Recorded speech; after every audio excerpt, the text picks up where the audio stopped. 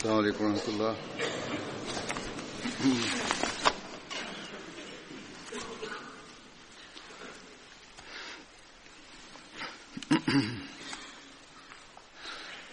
أشهد أن لا إله إلا الله وحده لا شريك له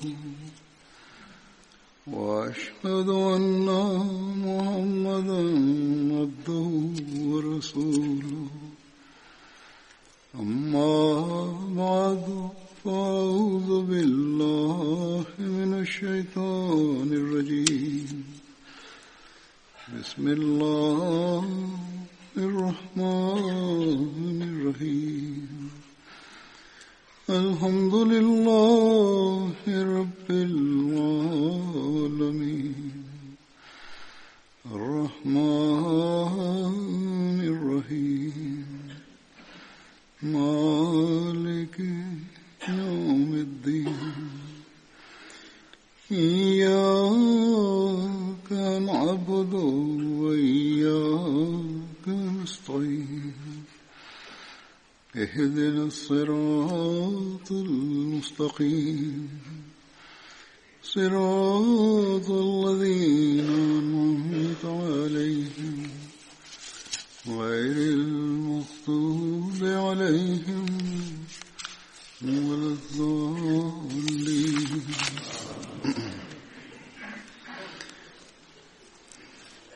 يا أيها الذين آمنوا كتب عليكم الصيام كما كتب على الذين من قبلكم لعلكم تتقون. أيام معدودات فمن كان منكم مريضا وعلى سفر فعدة من أيام أخر وعلى الذين يطيقونه فدية طعام مسكين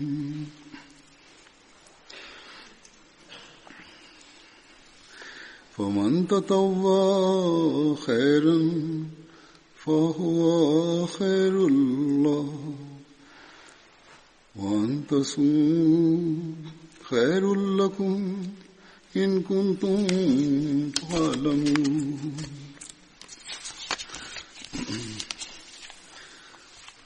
شهر رمضان الذي أنزل فيه القرآن هدى للناس وبينات من الهدى والفرقان فمن شهد منكم الشهر فليصم ومن كان مريضا أو على سفر فعدة من أيام أخر يريد الله بكم اليسر ولا يريد بكم العسر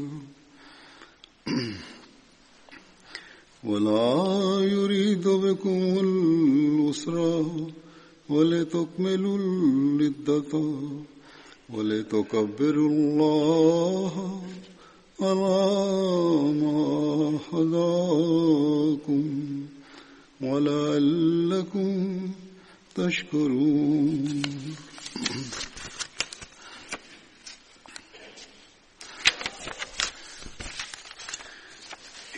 وإذا سألك عبادي أني فإني قريب وإذا سألك عبادي أني فإني قريب أجيب دعوة الداع إذا دعاني فليستجيبوا لي وليؤمنوا بي لعلهم يرشدون. ഈ ആയത്തുകളുടെ തർജമ ഇപ്രകാരമാണ്: വിശ്വസിച്ചവരെ, നിങ്ങൾക്ക് മുമ്പുള്ളവർക്ക് നിർബന്ധമാക്കപ്പെട്ടതുപോലെ നിങ്ങൾക്കും വ്രതാനുഷ്ഠാനം നിർബന്ധമാക്കിയിരിക്കുന്നു. നിങ്ങൾ ധാർമ്മികവും ആത്മീയവുമായ ന്യൂനതകളിൽ നിന്നും സുരക്ഷിതരാകും വിധം ദോഷബാധയെ സൂക്ഷിക്കുന്നതിനു വേണ്ടി.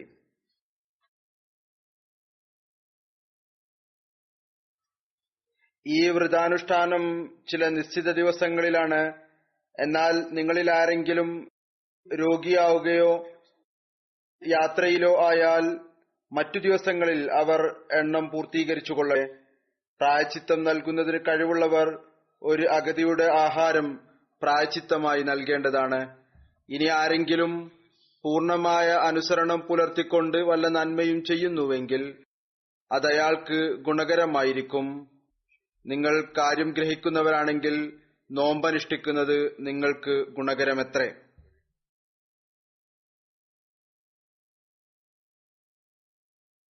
സമസ്ത മനുഷ്യർക്കും സന്മാർഗദായകവും മാർഗദർശനത്തിന്റെയും സത്യാസത്യ വിവേചനത്തിന്റെയും സ്പഷ്ടമായ തെളിവുകൾ ഉൾക്കൊള്ളുന്നതുമായ ഖുർആൻ അവതരിപ്പിക്കപ്പെട്ട മാസമാണ് റമദാൻ.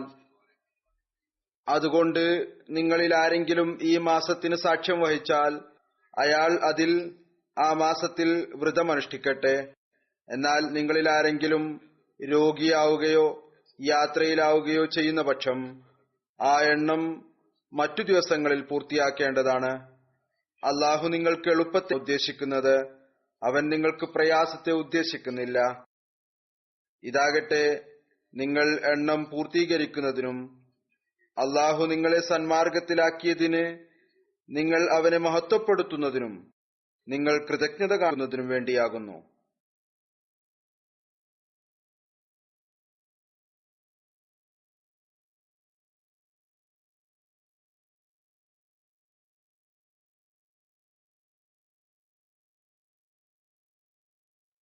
എന്നെ സംബന്ധിച്ച് എന്റെ ദാസന്മാർ, ഓ നബിയെ, താങ്കളോട് ചോദിക്കുന്ന പക്ഷം പറയുക, നിശ്ചയമായും ഞാൻ സമീപസ്ഥനാകുന്നു. പ്രാർത്ഥിക്കുന്നവന്റെ പ്രാർത്ഥനയ്ക്ക് ഞാൻ ഉത്തരം നൽകും, അവൻ എന്നെ വിളിച്ചു പ്രാർത്ഥിക്കുമ്പോൾ.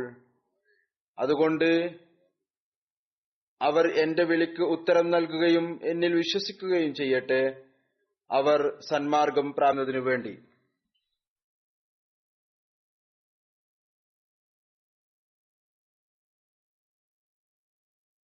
ഈ ആയത്തുകളിൽ അള്ളാഹു നോമ്പിന്റെ ഫർളായത്, അതിന്റെ പ്രാധാന്യം, ഈ മാസത്തിൽ വിശ്വാസികളുടെ ഉത്തരവാദിത്വങ്ങൾ, ദുആ സ്വീകരിക്കുന്നതിനുള്ള മാർഗം എന്നിവ വിവരിച്ചിരിക്കുന്നു. അത്തരത്തിലുള്ള ഒരു മാസം നമുക്കായി നിശ്ചയിച്ചിരിക്കുന്നു. അതിൽ അല്ലാഹു തന്റെ ദാസന്മാരുടെ സമീപത്തേക്ക് വരുന്നു, ശൈത്താനെ ചങ്ങലക്കിടുന്നു. അള്ളാഹുവിന്റെ ഭാഗത്ത് നിന്ന് ദാസരുടെ മേൽ ഇത്രമാത്രം കാരുണ്യത്തിന്റെയും അനുഗ്രഹത്തിന്റെയും വാതിലുകൾ തുറക്കപ്പെടുമ്പോൾ നാം എത്രത്തോളം അള്ളാഹുവിന്റെ വാക്കുകൾ കേട്ടുകൊണ്ട് നോമ്പിന്റെ കടമകൾ നിർവഹിക്കുന്നതിന് പരിശ്രമിക്കേണ്ടതായിട്ടുണ്ട്. റസൂലുള്ളാഹി സ്വല്ലല്ലാഹു അലൈഹി വസല്ലം വസനത്തിൽ പറയുകയുണ്ടായി, അഥവാ നിങ്ങൾ അറിഞ്ഞിരുന്നുവെങ്കിൽ റമളാന് എന്തെന്തെല്ലാം അനുഗ്രഹങ്ങളാണ്, എന്തെന്തെല്ലാം ശ്രേഷ്ഠതകളാണ്, അള്ളാഹു ഏതെല്ലാം വിധത്തിലാണ് നിങ്ങളുടെ മേൽ കാരുണ്യം ചൊരിയുന്നത്. അപ്പോൾ നിങ്ങൾ ആഗ്രഹിക്കുമായിരുന്നു മുഴുവൻ വർഷവും റമളാനായിരുന്നുവെങ്കിൽ. മുഴുവൻ വർഷവും നാം അള്ളാഹുവിന്റെ അനുഗ്രഹങ്ങളെ സ്വരൂപിക്കുന്നവരായിത്തീരുന്നതിനു വേണ്ടി. അതുകൊണ്ട് ഈ നോമ്പ് നമ്മുടെ പ്രയോജനത്തിനു വേണ്ടിയാണ് അള്ളാഹു നിർബന്ധമാക്കിയിരിക്കുന്നത്. ആത്മീയവും ശാരീരികവുമായ എല്ലാവിധത്തിലുള്ള പ്രയോജനങ്ങളും നാം നോമ്പിൽ നിന്ന് കരസ്ഥമാക്കുന്നതിനു വേണ്ടി. ഇപ്പോൾ അമുസ്ലിങ്ങളായ ഡോക്ടർമാരും ഈ കാര്യം അംഗീകരിക്കുന്നു. മുമ്പ് ഏതാനും ചിലരാണുണ്ടായിരിപ്പോൾ അതിന്റെ എണ്ണം വർദ്ധിച്ചുകൊണ്ടിരിക്കുന്നു. നോമ്പ് കൊണ്ട് മനുഷ്യന്റെ ആരോഗ്യത്തിലും വളരെ മനോഹരമായ സ്വാധീനമുണ്ടാകുന്നു. എന്നല്ല, ചില അമുസ്ലിങ്ങൾ ഇത് എഴുതാൻ തുടങ്ങിയിരിക്കുന്നു. നോമ്പിലൂടെ മനുഷ്യജീവിതത്തിൽ അച്ചടക്കം വരുന്നു. ഏതായിരുന്നാലും ഒരു യഥാർത്ഥ വിശ്വാസിക്ക് ഒരു അനുഭവം ഉണ്ട്. ഭൗതികരായ ആളുകൾ പറയുകയോ പറയാതിരിക്കുകയോ ചെയ്യട്ടെ, നോമ്പ് ഒരു വിശ്വാസിയുടെ ശാരീരികമായ അവസ്ഥയെ മെച്ചപ്പെടുത്തുന്നതോടൊപ്പം അതിനേക്കാൾ കൂടുതലായി ആത്മീയമായ അവസ്ഥയിലും മെച്ചപ്പെട്ട അവസ്ഥയിലേക്ക് കൊണ്ടെത്തിക്കുന്നതിന് കാരണമായി തീരുന്നു. അത് നാം അള്ളാഹുവിന്റെ ഈ കൽപ്പന അനുസരിച്ച് പ്രവർത്തിച്ചുകൊണ്ട് റമദാൻ മാസത്തിൽ കഠിനമായി പരിശ്രമിക്കേണ്ടതാണ്, നമ്മുടെ ആത്മീയമായ അവസ്ഥയിൽ പുരോഗതി പ്രാപിക്കുന്നതിന് വേണ്ടി. ഈ ആയത്തുകളിൽ അള്ളാഹു വിവരിച്ചിരിക്കുന്ന കാര്യങ്ങൾ അത് ഇതാണ്: ഒരു വിശ്വാസി, എല്ലാ മുഅ്മിനും, എല്ലാ മുസൽമാനും, യഥാർത്ഥ മുസൽമാൻ, അയാളിൽ നോമ്പ് നിർബന്ധമാക്കിയിരിക്കുന്നു. രാവിലെ മുതൽ വൈകുന്നേരം വരെ പട്ടിണി കിടക്കുക എന്നതല്ല ഈ നോമ്പ്. ഹദ്റത്ത് മസീഹ് മൗഊദ് അലൈഹി സ്വലാത്തു വസ്സലാം പറഞ്ഞിട്ടുണ്ട്, അള്ളാഹുവിന്റെ ഉദ്ദേശം ഇതുകൊണ്ട് ഒരു ഭക്ഷണം കുറച്ചുകൊണ്ട് മറ്റൊരു ഭക്ഷണത്തെ വർദ്ധിപ്പിക്കുക എന്നതാണ്. എപ്പോഴും നോമ്പുകാരൻ ഈ കാര്യം മുന്നിൽ വെക്കേണ്ടതാണ്. നോമ്പ് കൊണ്ടുള്ള ഉദ്ദേശം എന്ന് പറയുന്നത് കേവലം പട്ടിണി കിടക്കുക എന്നതല്ല, മറിച്ച് അള്ളാഹുവിന്റെ സ്മരണയിൽ അയാൾ മുഴുകിക്കേണ്ടതാണ്. അങ്ങനെ അള്ളാഹുവുമായിട്ടുള്ള ബന്ധവും അതുപോലെ തന്നെ ഭൗതികതയോടുള്ള വിച്ഛേദനവും ഉണ്ടാകുന്നതിന് വേണ്ടി, അതായത് അള്ളാഹുമായുള്ള ബന്ധത്തിൽ, ഇബാദത്തിൽ അള്ളാഹു മനുഷ്യൻ മുന്നേറുകയും ഭൗതികയിലേക്ക് ശ്രദ്ധ കുറയുകയും ചെയ്യുന്നതിന് വേണ്ടി. ഭൗതിക ജോലികൾ അതെപ്പോഴും ഉണ്ടായിരിക്കും, അതൊരിക്കലും അവസാനിക്കുകയില്ല. എന്നാൽ അത് ചെയ്തുകൊണ്ടും അള്ളാഹുവിന്റെ സ്മരണ നിലനിൽക്കുന്നതിന് വേണ്ടി, അവന്റെ കൽപ്പനകൾ മുന്നിൽ നിൽക്കുന്നതിന് വേണ്ടി, അവന്റെ സ്മരണ നടന്നുകൊണ്ടിരിക്കുന്നതിന് വേണ്ടി അവിടുന്ന് പറയുന്നു, നോമ്പ് കൊണ്ടുള്ള ഉദ്ദേശം ഇതാണ്: മനുഷ്യൻ ഒരു ഭക്ഷണം ഉപേക്ഷിച്ചുകൊണ്ട്, അത് ശരീരത്തിന്റെ ഭക്ഷണമാണ്, ശരീരത്തിനെ പരിപാലിക്കുന്നതാണ്, പകരം മറ്റൊരു ഭക്ഷണം കരസ്ഥമാക്കുക, അത് ആത്മാവിന് സമാധാനവും തൃപ്തിയും നൽകുന്നതാണ്. ഏതൊരു കൂട്ടരാണോ കേവലം അള്ളാഹുവിന് വേണ്ടി മാത്രം നോമ്പെടുക്കുന്നത്, കേവലം ആചാരം എന്ന നിലയിലല്ല, അവർ അള്ളാഹുവിന്റെ ഹം, തസ്ബീഹും തഹ്ലീലും ചെയ്തുകൊണ്ടേ ഇരിക്കേണ്ടതാണ്. റസൂലുള്ളാഹി സ്വല്ലല്ലാഹു അലൈഹി വസല്ലം പറഞ്ഞിട്ടുണ്ട്, അള്ളാഹുവിന് നിങ്ങൾ പട്ടിണി കിടക്കേണ്ട യാതൊരു ആവശ്യവുമില്ല. അള്ളാഹു ഇത് പറഞ്ഞുകൊണ്ട് നോമ്പ് നിങ്ങൾക്ക് നിർബന്ധമാക്കിയിരിക്കുന്നു. ഇതിനു മുമ്പുള്ള ആയത്തിൽ, ആദ്യത്തെ ആയത്തിൽ അത് പറയുന്നു, അത് നിർബന്ധമാക്കിയിരിക്കുന്നത് നിങ്ങൾ തഖ്വ സ്വായത്തമാക്കുന്നതിന് വേണ്ടിയാണ്. എന്താണ് തഖ്വ? തഖ്വ എന്ന് പറയുന്നത് നിങ്ങൾ ആത്മീയവും സ്വഭാവപരമായ ബലഹീനതകളിൽ രക്ഷപ്പെടുക എന്നുള്ളതാണ്. ഇതുപോലെ ഞാൻ മുമ്പ് വിവരിച്ചു, റസൂലുള്ളാഹി സ്വല്ലല്ലാഹു അലൈഹി വസല്ലം പറയുകയുണ്ടായി, അള്ളാഹുവിന് നിങ്ങൾ പട്ടിണി കിടക്കുന്നത് കൊണ്ട് യാതൊരു കാര്യവുമില്ല. ഏതുവരെ നോമ്പ് അല്ലെങ്കിൽ വ്രതം നിങ്ങളുടെ ഉള്ളിൽ ആ തഖ്വയുടെ നിലവാരം ഉണ്ടാക്കുന്നില്ലയോ, ഏതൊന്നിലൂടെയാണോ നിങ്ങൾ എല്ലാവിധത്തിലുള്ള ആത്മീയവും സ്വഭാവപരമായ ബലഹീനതകളിൽ രക്ഷപ്പെടുന്നത്, നോമ്പെടുക്കുന്ന അല്ല എങ്കിൽ നോമ്പെടുക്കുന്നത് പ്രയോജനരഹിതമാണ്. തഖ്വയുടെ വിശദീകരണം ഹദ്റത്ത് മസീഹ് മൗഊദ് അലൈഹി ഇസ്ലാം ഒരു അവസരത്തിൽ ഇപ്രകാരം നൽകുകയുണ്ടായി. അവിടുന്ന് പറയുന്നു, മുത്തക്കിയായി തീരുന്നതിന് ഇത് നിർബന്ധമാണ്. വലിയ കാര്യങ്ങൾ ഏതുപോലെ വ്യഭിചാരം, മോഷണം, അവകാശ ധ്വംസനം, ആളുകളുടെ അവകാശങ്ങൾ ധ്വംസിക്കുക, കാണിച്ചുകൂട്ടൽ, എടുത്തുചാട്ടം, നിന്യാദൃഷ്ടിയോടുകൂടി നോക്കുക, പിശുക്ക് എന്നിവ ഉപേക്ഷിക്കുന്നതോടൊപ്പം, അതായത് ഈ തിന്മകൾ എല്ലാം നിശ്ചയമായും ഉപേക്ഷിക്കണം.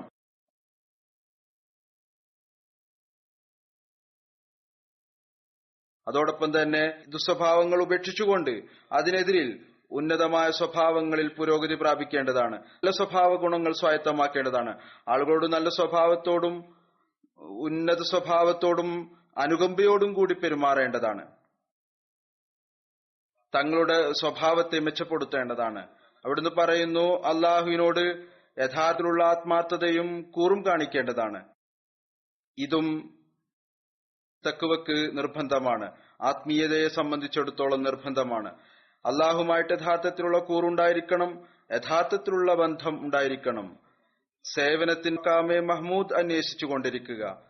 ഇതിൽ അള്ളാഹുവിന്റെ കടമകൾ അതും വന്നിട്ടുണ്ട്, അള്ളാഹുവിന്റെ കൽപ്പനകൾ പൂർത്തിയാക്കുക എന്നതും വന്നിട്ടുണ്ട്. അതുപോലെ തന്നെ ജനങ്ങളോടുള്ള ബന്ധം, അവരുടെ സേവനം വന്നു കഴിഞ്ഞിരിക്കുന്നു. അതായത് അത്തരത്തിലുള്ള നിസ്വാർത്ഥ സേവനമായിരിക്കണം. ആളുകൾ പറയണം, നിശ്ചയമായും ഇയാൾ അള്ളാഹുവിനു വേണ്ടിയാണ് സേവനം ചെയ്യുന്നത്. ഒരു വിധത്തിലുള്ള തന്റെ വ്യക്തിപരമായിട്ടുള്ള താല്പര്യങ്ങളും ഇല്ല.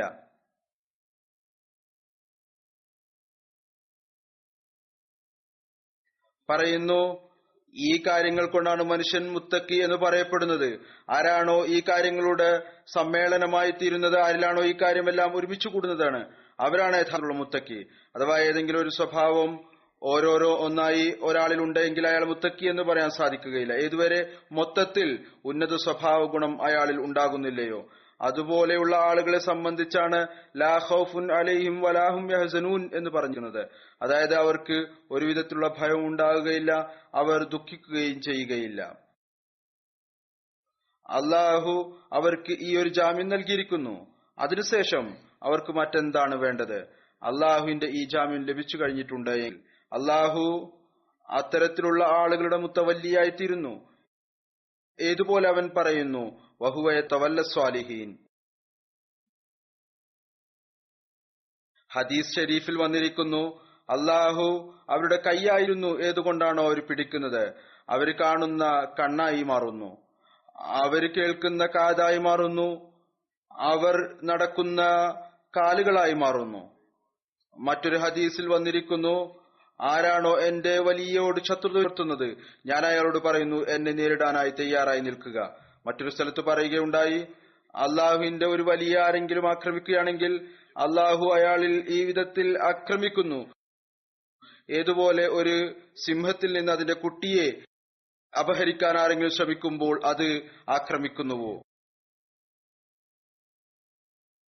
നോമ്പിന്റെ കടമകൾ നിർവഹിക്കുകയും തഖ്വയുടെ ഈ നിലവാരം ഉണ്ടാവുകയും ചെയ്യുമ്പോൾ അപ്പോഴായിരിക്കും ഒരു മനുഷ്യനെ, ഒരു മുഅ്മിനെ, ഒരു മുസ്ലിമിനെ അള്ളാഹുവിന്റെ ജക്ക് കീഴിൽ അത് കൊണ്ടുവരുന്നത്. ഹദ്റത്ത് അബൂ ഹുറൈറയിൽ നിന്ന് നിവേദനം, റസൂലുള്ളാഹി സ്വല്ലല്ലാഹു അലൈഹി വസല്ലം പറയുകയുണ്ടായി, അള്ളാഹു പറയുന്നു, മനുഷ്യന്റെ ഓരോ കർമ്മവും മനുഷ്യന് വേണ്ടിയുള്ളതാണ്, എന്നാൽ നോമ്പ് ഒഴികെ. നോമ്പ് എനിക്ക് വേണ്ടിയാണ് എടുക്കുന്നത്. അള്ളാഹു പറയുന്നു, നോമ്പ് മനുഷ്യൻ എടുക്കുന്നത് എനിക്ക് വേണ്ടിയാണ്. ആരാണോ യഥാർത്ഥത്തിലുള്ള മുഅ്മിനീങ്ങൾ, അവർ അള്ളാഹുവിന് വേണ്ടിയാണ് നോമ്പെടുക്കുന്നത്.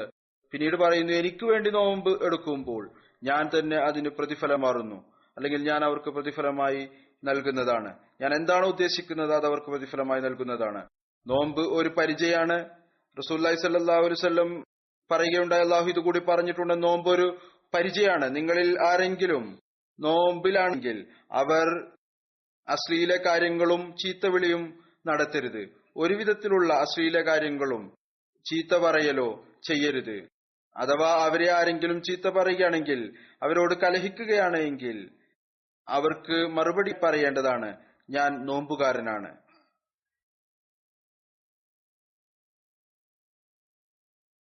ഞാൻ ഒരു വിധത്തിലുള്ള തെറ്റായ കാര്യങ്ങളിലും ഉൾപ്പെടുകയില്ല. റസൂലുള്ളാഹി സ്വല്ലല്ലാഹു അലൈഹി വസല്ലം പറയുകയുണ്ടായി, ആ അസ്തിത്വത്തെ കൊണ്ട് സത്യം, ആരുടെ കൈകളിലാണ് മുഹമ്മദ് സല്ലല്ലാഹു അലൈഹി വസല്ലമയുടെ ജീവൻ ഇരിക്കുന്നത്. നോമ്പുകാരന്റെ വായിലെ മണം അള്ളാഹുവിന്റെ പക്കൽ കസ്തൂരിയേക്കാൾ നല്ലതാണ്.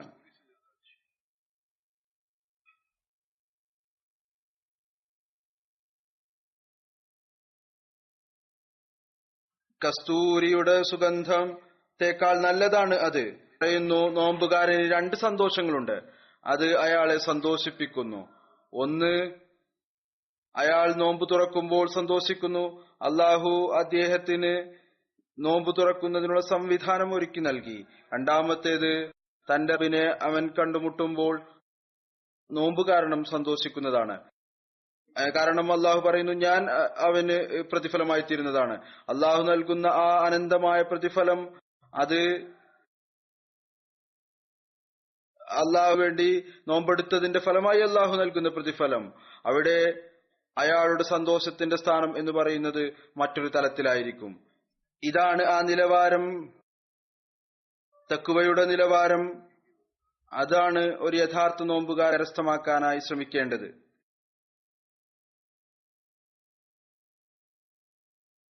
യഥാർത്ഥത്തിലുള്ള നോമ്പുകാരൻ അത് കരസ്ഥമാക്കുന്നു. നോമ്പ് ഭൗതികതയുടെ എല്ലാവിധത്തിലുള്ള മാലിന്യത്തിലും ശുദ്ധമായി എടുക്കേണ്ടതാണ്. എല്ലാവിധത്തിലുള്ള സ്വഭാവപരവും ആത്മീയവുമായ ബലഹീനതയിൽ നിന്ന് രക്ഷപ്പെട്ടുകൊണ്ട് തന്റെ ദിവസം കഴിച്ചു കൂട്ടേണ്ടതാണ്. ഈ കാര്യത്തിൽ സന്തോഷിക്കരുത്. ഞാൻ നോമ്പെടുത്തിരിക്കുന്നു. ലോകത്ത് എത്ര നോമ്പുകാരുണ്ട്. അവർ പ്രത്യക്ഷത്തിൽ നോമ്പെടുക്കുന്നവരാണ്. എന്നാൽ അവരുടെ നമസ്കാരത്തിന് ആ നിലവാരം ഇല്ല. ഏതൊരു നിലവാരമാണോ ഉണ്ടാകേണ്ടത്, അവരുടെ സ്വഭാവത്തിന് ആ നിലവാരമില്ല. ഏതൊന്നാണോ ഉണ്ടാകേണ്ടിയിരുന്നത്. റസൂലുള്ളാഹി സ്വല്ലല്ലാഹു അലൈഹി വസല്ലം പറഞ്ഞിട്ടുണ്ട്, ശൈത്താൻ ഈ മാസത്തിൽ ബന്ധനസ്ഥനാകുന്നു, അവനെ കെട്ടിയിടുന്നു. എന്നാൽ പിന്നെ ലോകത്ത് റംസാൻ മാസത്തിലും എന്തുകൊണ്ടാണ് തിന്മകൾ നടന്നുകൊണ്ടിരിക്കുന്നത്? നോമ്പ് ഒരു പരിചയമായിത്തീരുന്നവർക്കാണ് ശൈത്താന്റെ ആക്രമണങ്ങളിൽ നിന്ന് അവരെയാണ് രക്ഷപ്പെടുത്തുന്നത്. ആരാണോ നോമ്പിന്റെ യാഥാർത്ഥ്യത്തെ മനസ്സിലാക്കിക്കൊണ്ട് തഖ്വ സ്വായത്തമാക്കുന്നത്. അതുകൊണ്ട് ഇതാണ് ആ യഥാർത്ഥ ലക്ഷ്യം.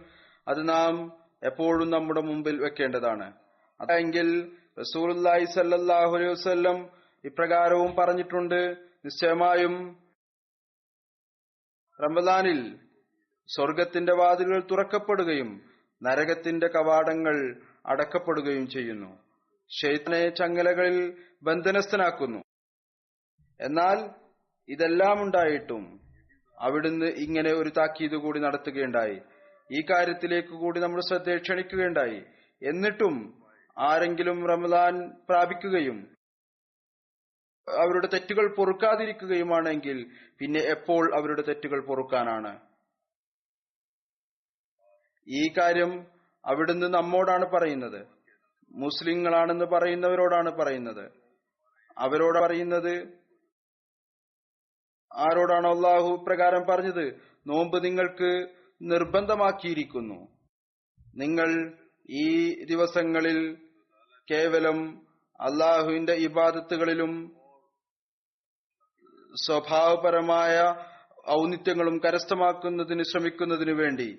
എന്നാൽ നിങ്ങൾ അങ്ങനെ ചെയ്യുന്നില്ല എങ്കിൽ കേവലം റംസാൻ വരികയും ശൈത്താനെ ബന്ധനസ്ഥനാക്കുകയും സ്വർഗത്തിന്റെ കവാടങ്ങൾ തുറക്കുകയും നരകത്തിന്റെ കവാടങ്ങളിൽ പൂട്ടിടുകയും ചെയ്യുന്നത് കൊണ്ട് ഒരു പ്രയോജനവും ഉണ്ടാവുകയില്ല. ഈ ഒരു താക്കീത് അവിടുന്ന് നടത്തുകയുണ്ടായി. അള്ളാഹുവിന്റെ ഇത്രമാത്രം വിശാലമായ കാരുണ്യമുണ്ടായിട്ടും അഥവാ പൊറുക്കലിനുള്ള സംവിധാനം ഉണ്ടാകുന്നില്ല എങ്കിൽ പിന്നെ എപ്പോഴുണ്ടാകാനാണ്? അതുകൊണ്ട് നാം കേവലം സന്തോഷിച്ചുകൊണ്ട് റംസാൻ വന്നതിലും നോമ്പിന് മുബാറക്ബാദി പറയുന്നത് കൊണ്ടും മാത്രം ഒതുങ്ങി നിൽക്കാതെ നാം ആത്മപരിശോധന നടത്തേണ്ടതാണ്. നാം അള്ളാഹു റംസാനിലെ നോമ്പിന്റെ ലക്ഷ്യമായി പറഞ്ഞിരിക്കുന്നത് അതിനുവേണ്ടി നമ്മൾ പരിശ്രമിക്കുന്നുണ്ടോ അതോ ഇല്ലേ? അള്ളാഹു നമുക്കെല്ലാവർക്കും അത് കരസ്ഥമാക്കാനുള്ള തൗഫീഖ് നൽകുമാറാകട്ടെ. നമ്മുടെ പൊറുക്കലിന്റെയും മഗ്ഫിറത്തിന്റെയും പുതപ്പിൽ നമ്മെ ഓരോരുത്തരെയും പുതക്കുമാറാകട്ടെ. പിന്നീട് അടുത്ത ആയത്തിൽ അള്ളാഹു ഇതുകൂടി പറയുന്നു, ഏതെല്ലാം അവസ്ഥയിലാണ് നിങ്ങൾക്ക് വ്രതാനുഷ്ഠാനത്തിൽ അവധിയെടുക്കാൻ സാധിക്കുക. എന്നാൽ ഇത് പറയുന്നതിനു മുമ്പ് ഈ കാര്യം കൂടി വ്യക്തമാക്കി. അള്ളാഹു വ്രതാനുഷ്ഠാനത്തിന് ഞാൻ സ്വയം പ്രതിഫലമായി തീരുന്നുവെന്ന് വിശ്വാസികൾക്ക് പ്രത്യേകമായ നിലയിൽ പൊറുക്കുന്നതിനുള്ള കാര്യങ്ങൾ ഒരുക്കി വെക്കുന്നു എന്ന് പറഞ്ഞപ്പോൾ ഈ ഒരു ചിന്ത ഉണ്ടാകരുത്. നാം നോമ്പെടുത്ത് വലിയ ഒരു ത്യാഗമാണ് ചെയ്തുകൊണ്ടിരിക്കുന്നത്. അത് കാരണം അള്ളാഹുവിന്റെ കാരുണ്യവും അനുകമ്പയും സ്നേഹവും പൊറുക്കലിന്റെ പുതപ്പും നമ്മുടെ മേൽ പുതപ്പിക്കപ്പെട്ടിരിക്കുകയാണ് ചെയ്തിരിക്കുന്നത്. നിശ്ചയമായും അള്ളാഹുവിന്റെ കാരുണ്യവും സ്നേഹവും വളരെയധികം വിശാലമാക്കിയിരിക്കുന്നു. എന്നാൽ ഇത് അത്തരത്തിലുള്ള ഒരു അസാധാരണമായ ത്യാഗമൊന്നുമല്ല. അത്താഴത്തിന്റെ സമയത്തും നാം വയറ് നിറച്ച് ഭക്ഷണം കഴിക്കുന്നു. നോമ്പുറക്കുന്ന സമയത്തും നമ്മുടെ ഇഷ്ടപ്രകാരം എല്ലാവരും ഭക്ഷണം കഴിക്കുന്നു. പിന്നീട് ഇത് എന്ത് സ്ഥായിയായ ത്യാഗമാണ്. വർഷത്തിൽ ഏതാനും എണ്ണപ്പെടുന്ന ദിവസങ്ങൾ മാത്രമാണ്. ചിലർ നോമ്പെടുത്ത് വളരെ അഭിമാനത്തോടുകൂടി പറയുന്നു, ഞങ്ങൾ നോമ്പെടുത്തിരിക്കുകയാണ്. ഇത് വലിയ ഒരു ത്യാഗം അല്ല പ്രകടിപ്പിക്കുന്നതിന് വേണ്ടി. മറിച്ച് യഥാർത്ഥ വിശ്വാസി വലിയ ത്യാഗം ചെയ്തതിനു ശേഷവും ഭയപ്പെടുന്നു.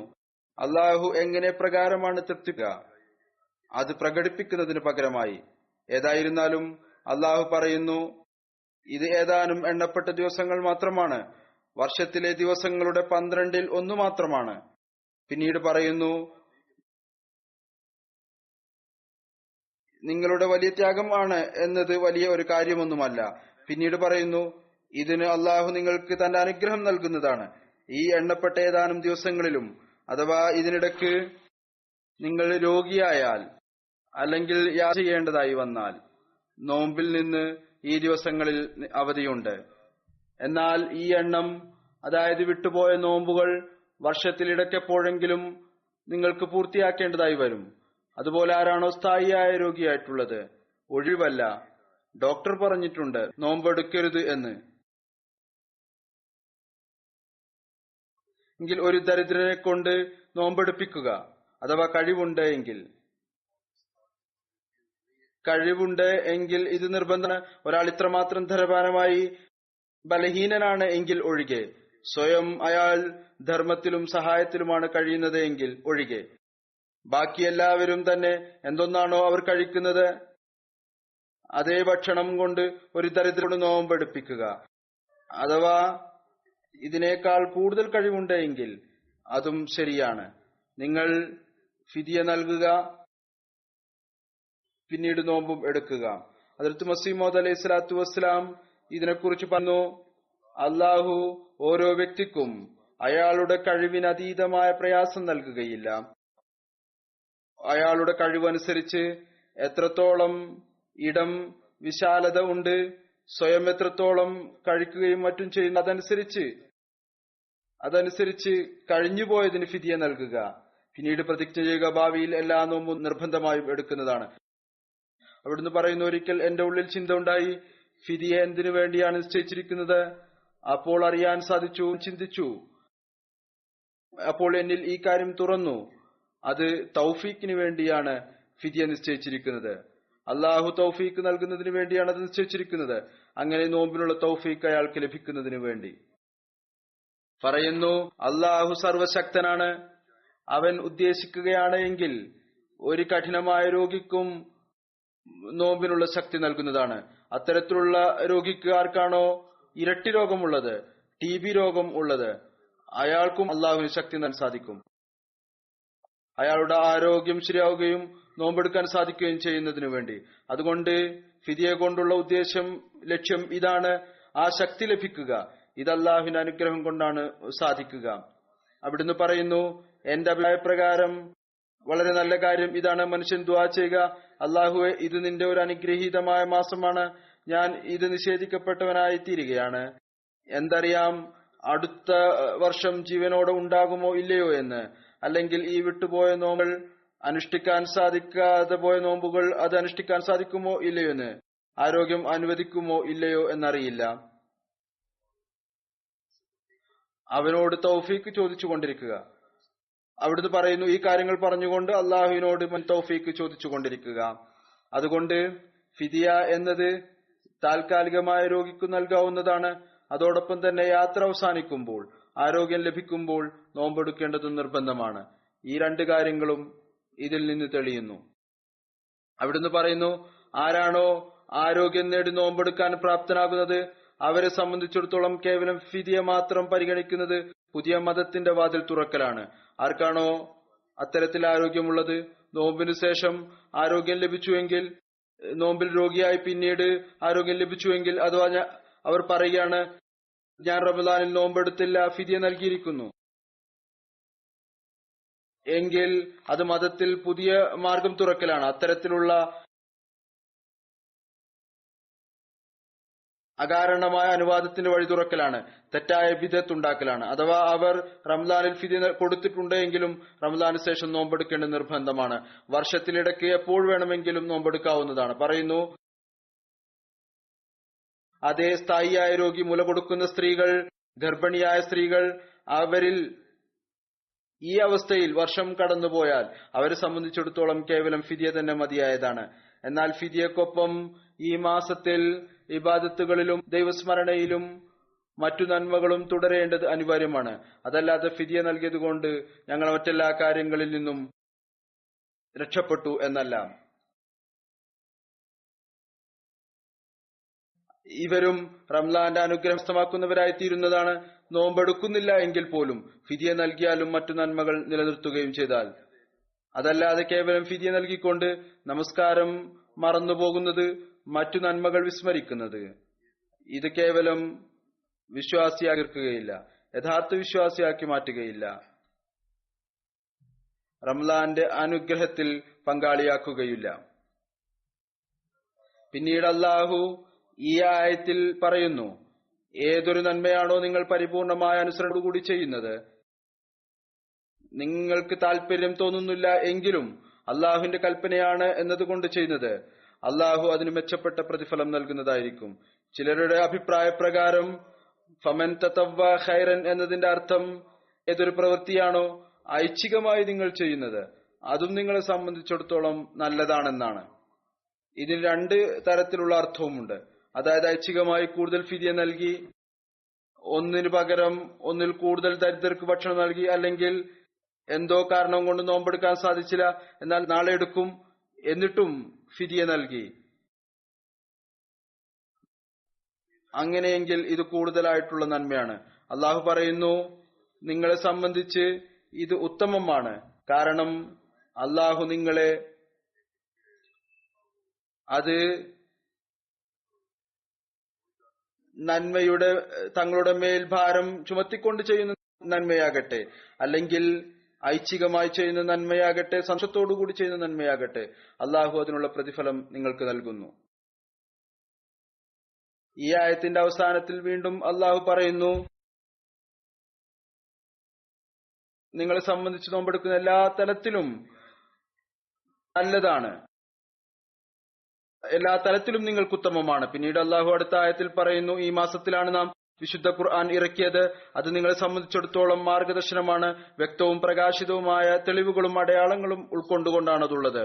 അതുകൊണ്ട് വിശുദ്ധ ഖുർആൻ റംസാൻ മാസവുമായി പ്രത്യേകമായ ഒരു ബന്ധമുണ്ട്. ഈ മാസത്തിൽ നോമ്പിനോടൊപ്പം അത് പാരായണം ചെയ്യുന്നതിലും അതിനെക്കുറിച്ച് ചിന്തിക്കുന്നതിലും അതിലെ കൽപ്പനകൾ അന്വേഷിച്ചുകൊണ്ട് അതനുസരിച്ച് പ്രവർത്തിക്കുന്നതിനും പരിശ്രമിക്കേണ്ടതാണ്. അങ്ങനെ അല്ലാഹുവിന്റെ കൽപ്പനകൾ അനുസരിച്ച് പ്രവർത്തിച്ച് നാം റമളാന്റെ വ്രതത്തിൽ നിന്ന് യഥാർത്ഥത്തിലുള്ള അനുഗ്രഹം കരസ്ഥമാക്കുന്നവരായി തീരുന്നതിനു വേണ്ടി ഓരോരുത്തർക്കും വിശുദ്ധ ഖുർആന്റെ ഗഹനമായ അറിവിന്റെ ആഴങ്ങൾ വരെ സ്വയം എത്തിച്ചേരാൻ സാധ്യമല്ല. അതുകൊണ്ട് വിശുദ്ധ ഖുർആൻ പാരായണം ചെയ്യുകയും തർജമ വായിക്കുകയും ചെയ്യുന്നതോടൊപ്പം അത് സ്വയം അവർക്ക് പാരായണം ചെയ്യാൻ സാധിക്കുന്നതാണ്. ജമാഅത്തിന്റെ ഭാഗത്ത് നിന്ന് എവിടെയെല്ലാം ദർസിനുള്ള സംവിധാനമുണ്ടോ പള്ളികളിൽ അതിന് പ്രയോജനം എടുക്കേണ്ടതാണ്. അതുപോലെ തന്നെ MTA-യിലും സ്ഥിരമായി ദർസിനുള്ള സംവിധാനമുണ്ട്. അതിൽ നിന്ന് പ്രയോജനം എടുക്കേണ്ടത് നിർബന്ധമാണ്. ഹദ്റത്ത് ഖലീഫത്തുൽ മസീഹ് റാബിന്റെ ദർസാണ് അതിൽ നടക്കുന്നത്. റസൂൽ തിരുമേനി സല്ലല്ലാഹു അലൈഹി വസല്ലമയുടെയും ഈ നിർദ്ദേശമുണ്ട്.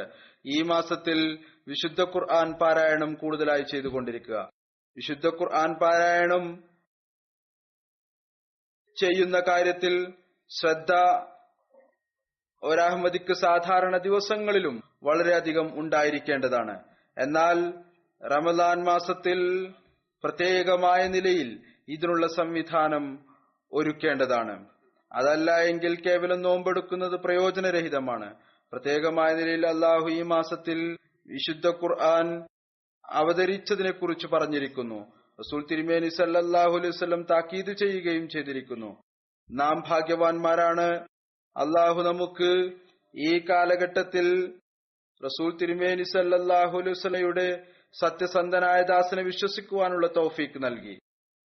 അദ്ദേഹം നമുക്ക് വിശുദ്ധ ഖുർആന്റെ രഹസ്യമായ ജ്ഞാനങ്ങളും വിശദീകരണവും അറിവിന്റെ പുതിയ പുതിയ തലങ്ങളും പഠിപ്പിച്ചു തന്നു. അതോടൊപ്പം വിശുദ്ധ ഖുർആൻ അനുസരിച്ച് പ്രവർത്തിക്കുന്നതിനും അതിന് ആദരവ് നൽകുന്നതിനും അതനുസരിച്ച് ചിന്തിക്കുന്ന കാര്യത്തിലും പ്രത്യേകമായ നിലയിൽ നമ്മുടെ ശ്രദ്ധയെ ക്ഷണിക്കുകയുണ്ടായി. പറയുകയുണ്ടായി, നിങ്ങൾ എത്രമാത്രം ശ്രദ്ധയോടുകൂടി അത് വായിച്ച് അതനുസരിച്ച് പ്രവർത്തിക്കേണ്ടതാണ്. തങ്ങളുടെ അവസ്ഥകളിൽ ഏതെല്ലാം മാറ്റങ്ങൾ ഉണ്ടാക്കിയെടുക്കേണ്ടതാണ്. അങ്ങനെ ഒരു സ്ഥലത്ത് ഹദ്റത്ത് മസീഹ് മൗഊദ് അലൈഹി സ്വലാത്തു വസ്സലാം പറയുന്നു, ഭൗതിക ജ്ഞാനവും വിശുദ്ധ ഖുർആന്റെ ജ്ഞാനത്തിനും ഇടയിൽ ഒരു മഹത്തായ വ്യത്യാസമുണ്ട്. പ്രത്യക്ഷമായ ഭൗതിക ജ്ഞാനത്തിനും വിശുദ്ധ ഖുർആന്റെ ജ്ഞാനത്തിനും ഇടയിൽ ഒരു വലിയ വ്യത്യാസമുണ്ട്. പറയുന്നു, ഭൗതികവും ആചാരപരവുമായ ജ്ഞാനം കരസ്ഥമാക്കുന്നതിനു വേണ്ടി തഖ്വ നിബന്ധനയല്ല. കേവലം സർഫും നഹ്വും ചികിത്സാശാസ്ത്രവും ഫിലോസഫിയും ഭൗമശാസ്ത്രവും ഖഗോളശാസ്ത്രവും പഠിക്കേണ്ടതിന് നിർബന്ധമുള്ള കാര്യമല്ല. സർഫും നഹ്വും ഭൗതികശാസ്ത്രവും ഖഗോളവും പഠിച്ചു, ആസ്ട്രോണമിയും മറ്റും പഠിച്ചു, മെഡിസിനും വൈദ്യശാസ്ത്രവും പഠിക്കുന്നതിൽ തഖ്വ ഉണ്ടായിരിക്കണം എന്ന കാര്യം നിർബന്ധമല്ല. അല്ലെങ്കിൽ അവർ നമസ്കാരവും നോമ്പും അനുഷ്ഠിക്കുന്നവരായിരിക്കണം എന്ന നിബന്ധനയുമില്ല. ഇത് വളരെ സുപ്രധാനമായ ഒരു കാര്യമാണ്. വിശുദ്ധ ഖുർആൻ മനസ്സിലാക്കുന്നതിന് വേണ്ടി വ്രതാനുഷ്ഠാനവും നിർബന്ധമാണ്, ഇബാദത്തിന്റെ കാര്യവും നിർബന്ധമാണ്, നമസ്കാരത്തിന്റെ കാര്യവും നിർബന്ധമാണ്, തഖ്വയിൽ മുന്നേറേണ്ടതും നിർബന്ധമാണ്. പറയുന്നു, അവർ നോമ്പും നമസ്കാരവും അനുഷ്ഠിക്കുന്നവരായിരിക്കണം എന്നില്ല. ദൈവീക വിധിവിലക്കുകളെ എല്ലായ്പ്പോഴും പരിഗണനവരായിരിക്കണം എന്നും ഇല്ല. അള്ളാഹുവിന്റെ കൽപ്പനകൾ ഏതൊന്ന് ചെയ്യാനാണോ അള്ളാഹു പറഞ്ഞിരിക്കുന്നത്, ഏതൊന്ന് ചെയ്യരുത് എന്നാണോ അള്ളാഹു പറഞ്ഞിരിക്കുന്നത്, അത് എപ്പോഴും മുന്നിൽ വെക്കുക, അതിനെപ്പോഴും പരിഗണിക്കുക. ഇത് പൊതുജനങ്ങളെ സംബന്ധിച്ചിടത്തോളം നിർബന്ധമല്ല. എന്നാൽ വിശുദ്ധ ഖുർആന്റെ ജ്ഞാനം കരസ്ഥമാക്കുന്നതിന് അത് നിർബന്ധമാണ്. പറയുന്നു,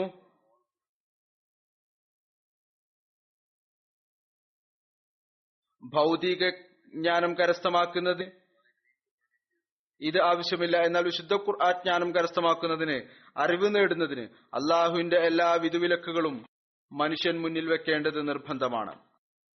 അവിടുന്ന് പറയുന്നു, തങ്ങളുടെ ഓരോ വാക്കും പ്രവൃത്തിയും അള്ളാഹുവിന്റെ കൽപ്പനയാ ഭരണത്തിന് കീഴിലാക്കുക. എന്നല്ല ചില സമയത്ത് കണ്ടിട്ടുണ്ട്, ഭൗതിക ജ്ഞാനത്തിന്റെ ആളുകളും അന്വേഷകരും നിരീശ്വരവാദികളായിക്കൊണ്ട് എല്ലാവിധത്തിലുള്ള തിന്മകളിലും പാപങ്ങളിലും മുഴുകിയിരിക്കുന്നു. ഇന്ന് ലോകത്തിന്റെ മുമ്പിൽ ഒരു ശക്തമായ അനുഭവം നിലനിൽക്കുന്നുണ്ട്. പറയുന്നു, ഇന്ന് ലോകത്തിന് മുമ്പിൽ ഒരു ശക്തമായ അനുഭവം നിലനിൽക്കുന്നുണ്ട്. യൂറോപ്പും അമേരിക്കയും അവർ ഭൗതിക ജ്ഞാനത്തിൽ വലിയ പുരോഗതി കൈവരിച്ചിരിക്കുന്നുവെങ്കിലും ഈ ദിവസങ്ങളിൽ പുതിയ പുതിയ കണ്ടുപിടുത്തങ്ങൾ നടത്തിക്കൊണ്ടിരിക്കുന്നു. എന്നാൽ അവരുടെ ആത്മീയവും സ്വഭാവപരവുമായിട്ടുള്ള അവസ്ഥ വളരെയധികം ലജ്ജാകരമാണ്.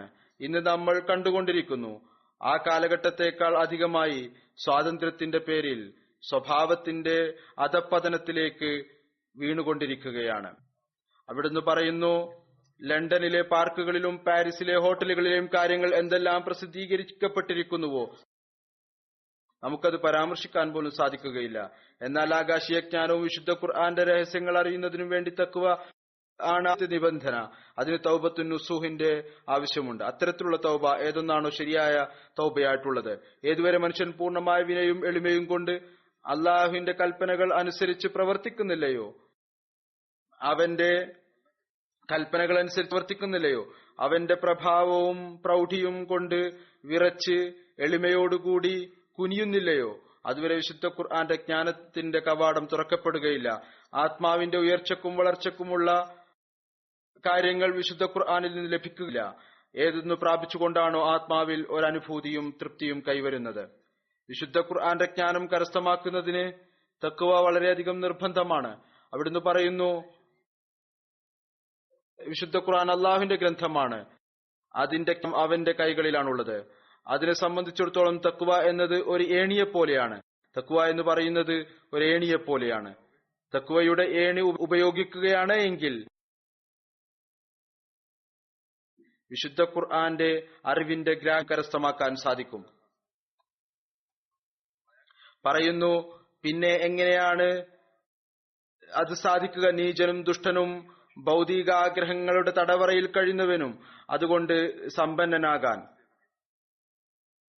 ഇതുമായി ഒരു മുസ്ലിം എന്ന് പറഞ്ഞുകൊണ്ട് അവൻ സർഫുന്നഹും അർത്ഥത്തിന്റെയും മറ്റും എത്ര തന്നെ വലിയ പണ്ഡിതനാണെങ്കിലും ശരി, ലോകത്തിന്റെ ദൃഷ്ടിയിൽ ഷേഖുൽ കുൽ ആയിരിക്കുന്നവനാണെങ്കിലും ശരി, അഥവാ അയാൾക്ക് എല്ലാവിധത്തിലുള്ള അറിവും ഉണ്ടെങ്കിലും ഗ്രാമറും മറ്റും അറബി ഭാഷയും എല്ലാം അറിയുമെങ്കിലും വിശുദ്ധ ഖുർആന്റെ അർത്ഥവും വളരെ നല്ലപോലെ ചെയ്യാൻ സാധിക്കുമെങ്കിലും എന്നാൽ നഫ്സിന്റെ വിശുദ്ധീകരണം ഉണ്ടാക്കുന്നില്ല എങ്കിൽ വിശുദ്ധ ഖുർആന്റെ ജ്ഞാനത്തിൽ നിന്ന് അയാൾക്ക് പങ്കിടുകയില്ല.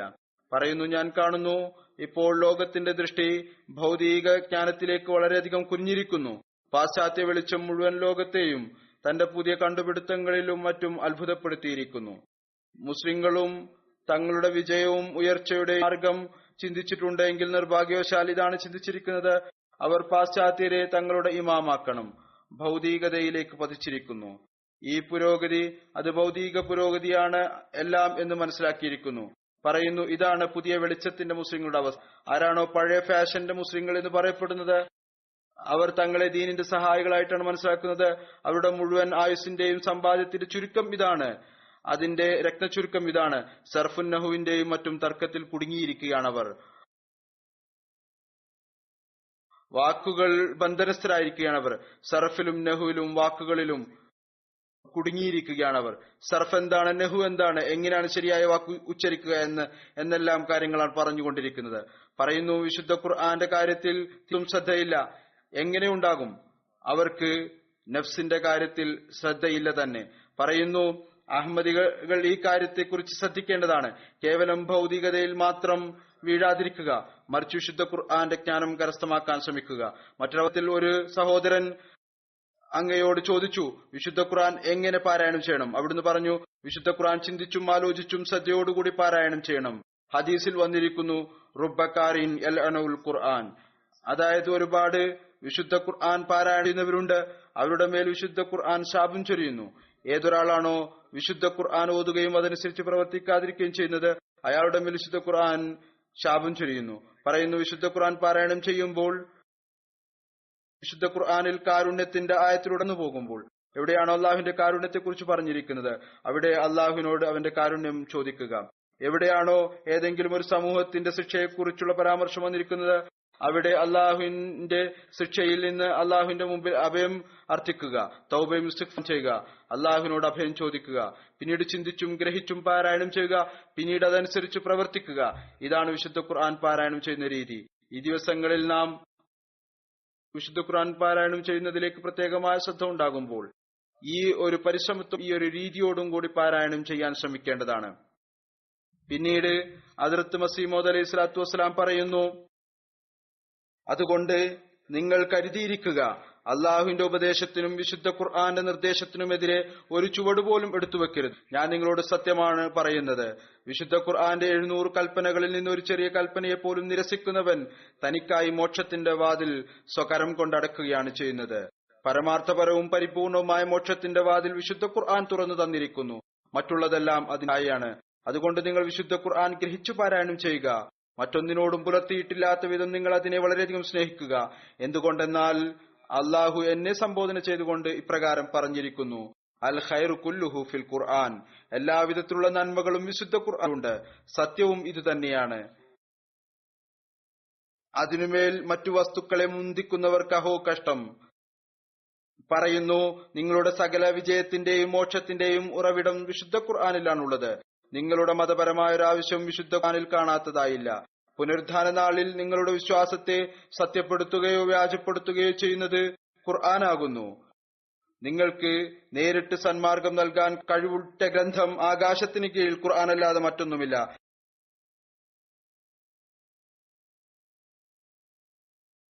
ഖുർആൻ പോലുള്ള ഗ്രന്ഥം നിങ്ങൾക്ക് ദാനം ചെയ്ത അല്ലാഹു നിങ്ങളോട് ഒരുപാട് ഔദാര്യം ചെയ്തിരിക്കുകയാണ്.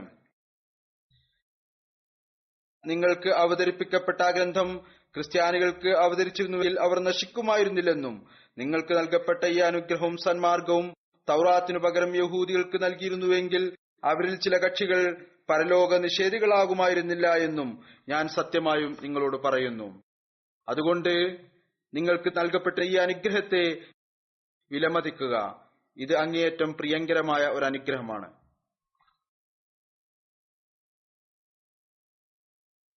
പറയുന്നു, ഇത് അങ്ങേയറ്റം പ്രിയങ്കരമായ ഒരു അനുഗ്രഹമാണ്.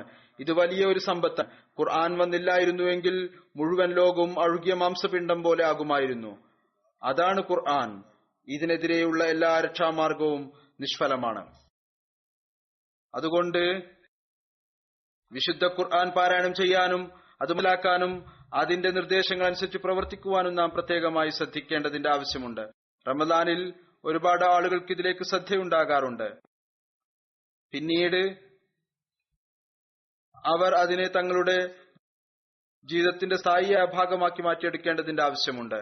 അള്ളാഹു പ്രത്യേകമായ നിലയിൽ റംലാൻ മാസത്തിൽ വിശുദ്ധ ഖുർആൻ ഓതുന്നതിലേക്ക് വിശ്വാസികളുടെ ശ്രദ്ധയെ തിരിച്ചിരിക്കുന്നു. അതിനുള്ള കാരണം ഈ കഠിന പരിശ്രമത്തിന്റെ മാസത്തിലൂടെ പോയിക്കൊണ്ട് നാം വിശുദ്ധ ഖുർആനിലേക്ക് പ്രത്യേകമായി ശ്രദ്ധിക്കുമ്പോൾ പിന്നീട് സാധാരണ ദിവസങ്ങളിലേക്കും നമുക്ക് ഇതിലേക്ക് ശ്രദ്ധിക്കുന്ന ശീലമുണ്ടാകും. അല്ല എങ്കിൽ അള്ളാഹു റംലാൻ മാസത്തിൽ വിശുദ്ധ ഖുർആനിലേക്ക് ശ്രദ്ധ തിരിപ്പിച്ച നിമിഷം തന്നെ നിരർത്ഥകമായി തീരും.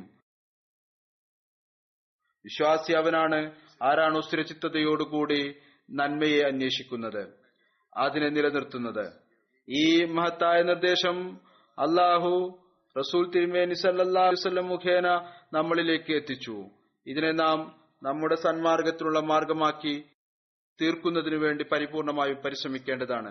പിന്നീട് ഈ ആയത്തിനെ തുടർന്നുകൊണ്ട് കൂടുതൽ വ്യക്തമാക്കിക്കൊണ്ട് ഇപ്രകാരം നിർദ്ദേശം നൽകി: വ്രതം അനുഷ്ഠിക്കണം, അതുപോലെ രോഗിയും യാത്രക്കാരും നഷ്ടപ്പെട്ട നോമ്പുകൾ പിന്നീട് പൂർത്തിയാക്കണം.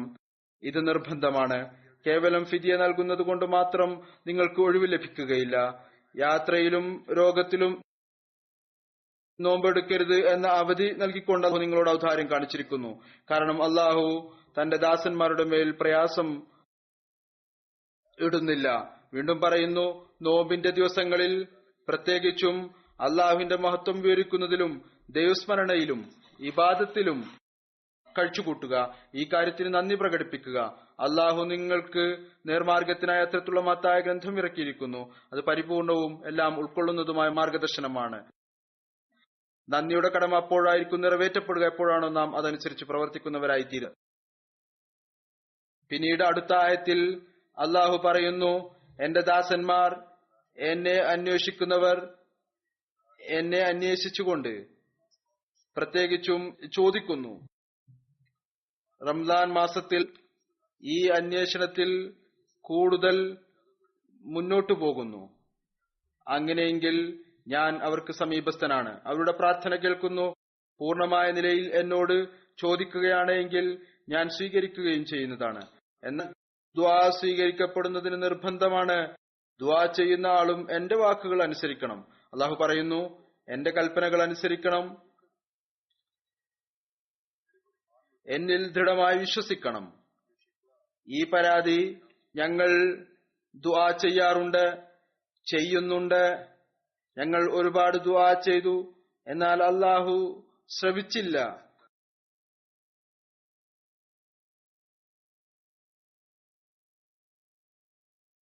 ഏതാനും ദിവസങ്ങൾക്ക് ശേഷം തന്നെ ചിലരുടെ ഈ പരാതി തുടങ്ങുന്നു. അഥവാ നാം അള്ളാഹുവിന്റെ മാർഗനിർദ്ദേശം കേൾക്കുന്നില്ല എങ്കിൽ, അതനുസരിച്ച് പ്രവർത്തിക്കുന്നില്ല എങ്കിൽ, അള്ളാഹുവിനെ സ്നേഹിക്കുന്നതിന്റെ അന്വേഷണം നടത്തുന്നില്ല എങ്കിൽ, അവന്റെ യഥാർത്ഥത്തിലുള്ള ദാസന്മാരായി തീരുന്നില്ല എങ്കിൽ, കേവലം പ്രയാസത്തിന്റെ സമയം വരുമ്പോൾ അല്ലെങ്കിൽ ബുദ്ധിമുട്ടുണ്ടാകുമ്പോൾ മാത്രമാണ് അവനെ വിളിക്കുന്നത് എങ്കിൽ, പിന്നീട് അവനെ മറന്നുപോവുകയാണ് എങ്കിൽ, പിന്നീട് നമുക്കെങ്ങനെയാണ് പരാതി പറയാൻ സാധിക്കുക? അള്ളാഹു നമ്മുടെ ദുആ കേട്ടില്ല എന്ന് പറയാൻ സാധിക്കുക? ആദ്യം നാം നമ്മെ ശരിയാക്കി തീർക്കണം. അങ്ങനെ നമ്മെ ശരിയാക്കി തീർക്കുന്നതിനു വേണ്ടി പരിശ്രമത്തോടൊപ്പം അള്ളാഹുവിന്റെ അനുഗ്രഹം ആകർഷിക്കുന്നതിനായി ദുആയുടെ ആവശ്യമുണ്ട്. അതുകൊണ്ട് ദുആയും ചെയ്യണം. പിന്നീട് അള്ളാഹു നമ്മുടെ ശാന്തിക്കും സമാധാനത്തിനുമുള്ള സംവിധാനവും ഒരുക്കി നൽകുന്നതാണ്. എങ്ങനെയാണ് അവൻ സ്വീകരിക്കുന്നത്? ഹൃദയത്തിന് സമാധാനം ലഭിച്ചാൽ ഇതും ഒരു സ്വീകാര്യതയാണ്. പിന്നീട് തന്റെ പരിപൂർണരായ ദാസരുടെയും തന്റെ പ്രേമികളുടെയും പ്രാർത്ഥന സ്വീകരിക്കുന്നത് പോലെ അള്ളാഹു നമ്മുടെ ദുആയും സ്വീകരിക്കുന്നതാണ്. ആദ്യത്തെ ശ്രമം നമ്മുടെ ഭാഗത്തു നിന്നുണ്ടായാൽ റമദാൻ മാസത്തിൽ വിശ്വാസികൾക്ക് അള്ളാഹുവിന്റെ സാമീപ്യം കരസ്ഥമാക്കാനും ദുആ സ്വീകരിക്കുന്നതിനും പ്രത്യേകമായ സംവിധാനവും അള്ളാഹു ഒരുക്കി നൽകുന്നു. ഇതിൽ നാം പ്രകമായ നിലയിൽ പരിശ്രമിക്കേണ്ടതിന്റെ ആവശ്യമുണ്ട്. അതല്ല എങ്കിൽ നമുക്ക് അള്ളാഹുവിനെ കുറിച്ച് പരാതി പറയുവാനുള്ള ഒരു അവകാശവുമില്ല. അവൻ നമ്മുടെ ദുആ എന്തുകൊണ്ട് സ്വീകരിക്കുന്നില്ല? ദുആയുടെ രീതിയും തങ്ങളുടെ അവസ്ഥകളെ ദുആ സ്വീകാര്യതയുടെ അവസ്ഥയാക്കി തീർക്കുന്നതിനും വേണ്ടി അത് മസീഹ് അലൈഹി ഇസ്ലാം എപ്രകാരമാണ് മാർഗദർശനം നൽകിയിരിക്കുന്നത്. അവിടുന്ന് പറയുന്നു, ഇത് സത്യസന്ധമായ കാര്യമാണ്. ഏതൊരാളാണോ കർമ്മങ്ങൾ കൊണ്ട് പ്രവർത്തിക്കാത്തത് അയാൾ ദുആ ചെയ്യുന്നില്ല എന്നല്ല, അള്ളാഹുവിനെ പരീക്ഷിക്കുകയാണ്. അതുകൊണ്ട് ദുആ ചെയ്യുന്നതിനു മുമ്പ് തങ്ങളുടെ എല്ലാ ശക്തിയും ചെലവ് ചെയ്യേണ്ടത് നിർബന്ധമാണ്. ഇത് തന്നെയാണ് ദുആയുടെ അർത്ഥവും. പിന്നീട് അവിടുന്ന് പറയുന്നു, ഇപ്രകാരം ചിന്തിക്കരുത്, ഞങ്ങളും ദിവസവും ദുആ ചെയ്യുന്നു, ഞങ്ങൾ നമസ്കരിക്കുന്നു, നമസ്കാരങ്ങളെല്ലാം തന്നെ ദുആയാണല്ലോ. നിശ്ചയമായും നമസ്കാരം ദുആയാണ്. എന്നാൽ ആ ഉണ്ടാകേണ്ട അവസ്ഥ, അതാണ് ദുആയുടെ യഥാർത്ഥത്തിലുള്ള ലക്ഷ്യം. അത് നിർബന്ധമാണ്. പറയുന്നു, മാരിഫത്തിനു ശേഷം ലഭിക്കുന്ന ദുആ അനുഗ്രഹം മൂലമുണ്ടാകുന്നത് അത് മറ്റൊരു വർണ്ണത്തിലും അവസ്ഥയിലുമായിരിക്കും. അത് വിലയം പ്രാപിച്ച അവസ്ഥയിലുള്ള ഒന്നാണ്. അത് എരിച്ചു കളയുന്ന ഒരു അഗ്നിയാണ്. അത് കാരുണ്യത്തെ ആകർഷിക്കുന്ന ഒരു കാന്തിക ശക്തിയാണ്. അതൊരു മരണമാണ്, എന്നാൽ അവസാനം അത് ജീവിപ്പിക്കുന്നു. അതൊരു കൊടും പ്രളയമാണ്, എന്നാൽ അവസാനം അതൊരു കപ്പലാകുന്നു. സമുദ്രത്തിലെ ഒരു കൊടുങ്കാറ്റാണ്, എന്നാൽ അതേ കൊടുങ്കാറ്റ് പിന്നീട് കപ്പലായി മാറുന്നു, രക്ഷപ്പെടാനുള്ള മാർഗമായി മാറുന്നു. പറയുന്നു, എല്ലാ തരത്തിലും മോശമായ കാര്യം അത് മുഖേന പരിഹരിക്കപ്പെടുന്നു, എല്ലാ വിധത്തിലുള്ള വിഷയവും അത് മുഖേന നിവാരണം ചെയ്യപ്പെടുന്നു. യഥാർത്ഥത്തിലുള്ള ദുആ ഈ വിധത്തിലാണ് സ്വാധീനം ചെലുത്തുന്നത്. അവിടുന്ന് പറയുന്നു, ആ തടവുകാർ അനുഗ്രഹീതർ ആരാണോ ദുആ ചെയ്യുന്നത് ക്ഷീണിക്കുന്നില്ല, കാരണം ഒരു ദിവസം അവർ മോചിതരാകും. ദുആയിൽ അലസരാകാത്ത അന്ധന്മാർ അനുഗ്രഹീതർ, കാരണം ഒരു ദിവസം അവർ കാണുമാറാകും. കബറുകളിൽ കിടന്ന് ദുആയിലൂടെ അള്ളാഹുവിന്റെ സഹായം ആഗ്രഹിക്കുന്നവർ അനുഗ്രഹീതർ, കാരണം അവർ ഒരു ദിവസം കബറുകളിൽ നിന്ന് പുറത്തു വരും, അതായത് ആത്മീയമായ നിലയിൽ മരിച്ചവർ. ദുആ ചെയ്യുന്നതിൽ ക്ഷീണിക്കാത്ത നിങ്ങൾ അനുഗ്രഹീതർ. നിങ്ങളുടെ ആത്മാവ് ദുആക്ക് വേണ്ടി ഒരുക്കുകയും നിങ്ങളുടെ കണ്ണുകൾ കണ്ണുനീർ വാർക്കുകയും നിങ്ങളുടെ നെഞ്ചുകളിൽ ഒരു അഗ്നി ഉണ്ടാക്കുകയും ചെയ്തു.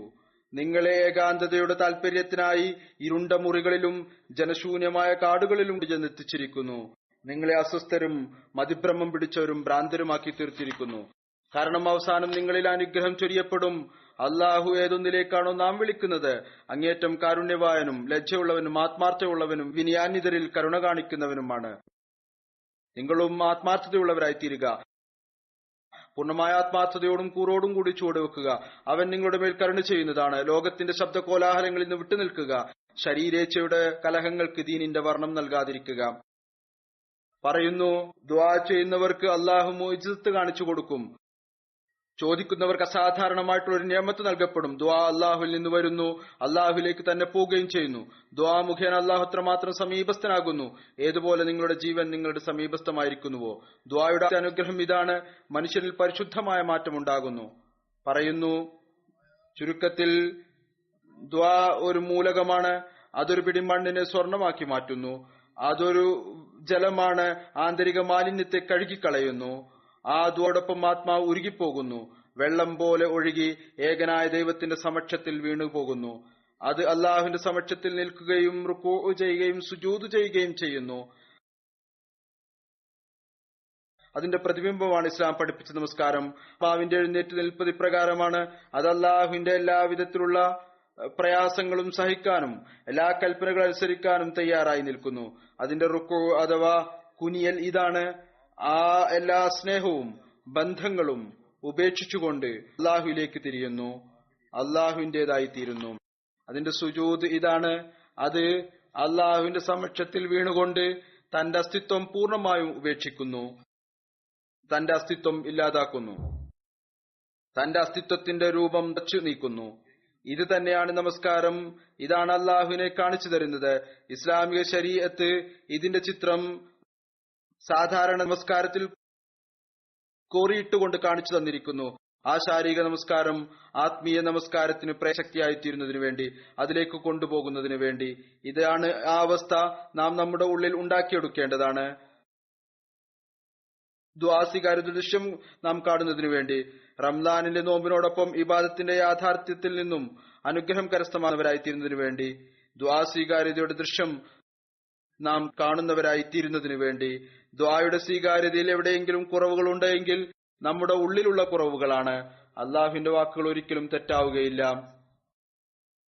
ഈ ദിവസങ്ങളിൽ നാം നമ്മുടെ അവസ്ഥകൾ മെച്ചപ്പെടുത്തുന്നതിനു വേണ്ടി പ്രത്യേകിച്ച് ദുആ ചെയ്തുകൊണ്ടിരിക്കേണ്ടതാണ്. അള്ളാഹു തന്റെ ദാസന്മാർക്ക് മുമ്പ് തന്നെ വളരെ അടുത്താണ്. ഈ ദിവസങ്ങളിൽ കൂടുതൽ അടുത്തു വന്നു. തങ്ങളുടെ ഫർളായ ഇബാദത്തുകളും തങ്ങളുടെ നഫലുകളിൽ പൂർണ്ണമായ നിലയിൽ അള്ളാഹുവിന്റെ സമക്ഷത്തിൽ നാം കുനിയേണ്ടതാണ്. റസൂൽ തിരുമേനി സല്ലല്ലാഹു അലൈഹി വസല്ലം പറയുന്നു, ഈ മാസത്തിന്റെ ആദ്യത്തെ 10 കാരുണ്യത്തിന്റേതാണ്, ആദ്യത്തിലെ 10 മഗ്ഫിറത്തിന് കാരണമാണ്, അവസാനത്തെ 10 നരകത്തിൽ നിന്ന് മോചനം നൽകുന്നതാണ്. അള്ളാഹു നമുക്ക് അവന്റെ യഥാർത്ഥ ദാസനാക്കിക്കൊണ്ട് അവന്റെ കാരുണ്യത്തിന്റെയും മഗ്ഫിറത്തിന്റെയും പുതപ്പിൽ എടുക്കുമാറാകട്ടെ. ഈ മാസത്തിൽ നിന്ന് നാം അനുഗ്രഹം കരസ്ഥമാക്കുന്നവരായി തീരട്ടെ. ഈ ദിവസങ്ങളിൽ പ്രത്യേകിച്ചും ജമാഅത്തിന് വേണ്ടി ദുആ ചെയ്യുക. അള്ളാഹു അഹമ്മദിയത്തിന്റെ ശത്രുക്കളുടെ കുഴപ്പങ്ങൾ അവരുടെ മേൽ തന്നെ തിരിച്ചയക്കട്ടെ. എവിടെയെല്ലാം ജമാഅത്തിനെതിരിൽ ആസൂത്രണങ്ങൾ നടത്തിക്കൊണ്ടിരിക്കുന്നുവോ അള്ളാഹു അവിടങ്ങളിൽ അവരുടെ കുതന്ത്രങ്ങൾ അവരുടെ മേൽ തന്നെ തിരിച്ചയക്കട്ടെ. മുസ്ലിം ഉമ്മത്തിനു വേണ്ടിയും ദുആ ചെയ്യുക. അള്ളാഹു അവരെ അക്രമം ചെയ്യുന്നതിൽ നിന്നും പരസ്പരം കഴുത്തറുക്കുന്നതിൽ നിന്നും തടയട്ടെ. യഥാർത്ഥ മുസ്ലിങ്ങളാക്കി തീർക്കുമാറാകട്ടെ. കാലത്തിന്റെ ഇമാമിനെ വിശ്വസിക്കുന്നവരായി ഇവർ മാറട്ടെ. ലോകത്തിന്റെ അവസ്ഥകളിലും പൊതുവായ നിലയിൽ ദുആ ചെയ്യുക. കാരണം വളരെ വേഗത്തിൽ ലോകം വളരെ വലിയ നാശത്തിലേക്ക് പോയിക്കൊണ്ടിരിക്കുകയാണ്. അള്ളാഹു ലോകത്തിന് ബുദ്ധി നൽകുമാറാകട്ടെ. ഇവർ ഈ നാശത്തിൽ രക്ഷപ്പെടുന്നതിനു വേണ്ടി അള്ളാഹുവിനെ തിരിച്ചറിയുന്നവരായി തീരട്ടെ. നമസ്കാരത്തിന് ശേഷം ഞാൻ 2 ജനാസ ഗായിബ് നമസ്കരിപ്പിക്കുന്നതായിരിക്കും. ഇവരുടെ വഫാത്ത് 2 മാസം മുമ്പാണ് നടന്നത്. എന്നാൽ ഇപ്പോഴാണ് എന്റെ മുമ്പിൽ വിവരങ്ങൾ വന്നത്. ആദ്യത്തെ പേര് ഡോക്ടർ താഹിർ അസീസ് അഹമ്മദ് സാഹിബിന്റേതാണ്. ഇദ്ദേഹം മർഹൂം അർഷദുല്ല ഭട്ടി സാഹിബ് ഇസ്ലാമാബാദിന്റെ മകനാണ്. രണ്ടാമത്തെ ഡോക്ടർ ഇഫ്താർ അഹമ്മദ് സാഹിബ് ഡോക്ടർ ഖാജ നസീർ അഹമ്മദ് സാഹിബ് മർഹൂം അമേരിക്കയുടെ മകനാണ്. ഇവർ രണ്ടുപേരും ഫത്തേ ജംഗിനും തങ്ങളുടെ ഭൂമിയുടെ കാര്യം നോക്കാൻ വേണ്ടി പോയതായിരുന്നു. അവിടെ ഡോക്ടർ ഇഫ്തിഖാർ അഹമ്മദ് സാഹിബിന്റെ ഒരു ജോലിക്കാരൻ മാർച്ച് 13 അവർ രണ്ടുപേരെയും തട്ടിക്കൊണ്ടുപോയി നിഷ്ഠൂരമായി വധിച്ചു കളഞ്ഞു. ഇന്നാ ലില്ലാഹി വ ഇന്നാ ഇലൈഹി റാജിഊൻ. അവിടെ ഇവർക്കൊരു ഭയവുമില്ല, ഞങ്ങൾ പിടിക്കപ്പെടുമെന്നുള്ള ഭയം. കാരണം അഹമ്മദികളെയാണ് വധിക്കുന്നത്. കാരണം അഹമ്മദികളെ വധിക്കുക എന്നത് അവരെ സംബന്ധിച്ചിടത്തോളം പ്രതിഫലമാണ്. എന്ന് മാത്രമല്ല മൗലവിമാർ അവരെ രക്ഷപ്പെടുത്താൻ പൂർണ്ണമായും ശ്രമിക്കും. ഈ ഒരു അർത്ഥത്തിൽ അല്പസ്വല്പം അഹമ്മദിയത്തിന്റെ കാരണവും ഇതിൽ ഉണ്ട്. അതുകൊണ്ട് പറയാൻ സാധിക്കും ഈ ഒരു അർത്ഥത്തിൽ ഇത് ഷഹാദത്ത് കൂടിയാണ്. ഈ ഒരു അർത്ഥത്തിൽ ഡോക്ടർ താഹിർ അസീസ് അഹമ്മദ് സാഹിബ് 1968 മിസ്രഖാനയിലാണ് ജനിച്ചത്. കുടുംബത്തിൽ അഹമ്മദിയത്തിന്റെ തുടക്കം ത്തിന്റെ പിതാമഹൻ ഹദ്രത്ത് മൗലവി നൂർ അഹമ്മദ് സാഹിബ് റളിയല്ലാഹു തആല അൻഹു ലോധീൻ അങ്കൽ ജില്ലാ ഗുർദാസ്പൂർ മുഖേനയാണ് ഉണ്ടായത്. ഹദ്രത്ത് മൗലവി നൂർ അഹമ്മദ് സാഹിബ് റളിയല്ലാഹു തആല അൻഹു മൗലവി മുഹമ്മദ് ഹുസൈൻ ബട്ടാലവിയുടെ ഹദ്രത്ത് മസീഹ് മൗഊദ് അലൈഹി സ്വലാത്തു വസ്സലാമിനെതിരിൽ അയാൾ തയ്യാറാക്കിയ ഫത്വ ഒപ്പിടുന്ന കാര്യം നിരാകരിച്ചിരുന്നു. അയാൾക്ക് ഇതിനെക്കുറിച്ച് ഒരു കത്ത് എഴുതിയിരുന്നു മൗലവി സാഹിബ് മൗലവി മുഹമ്മദ് ഹുസൈൻ ബട്ടാലവിക്ക്. അത് അൽ ഹക്കമിന്റെ ആദ്യ ലക്കത്തിൽ ഒക്ടോബർ 10, 1897 പ്രസിദ്ധീകരിച്ചിട്ടുണ്ട്.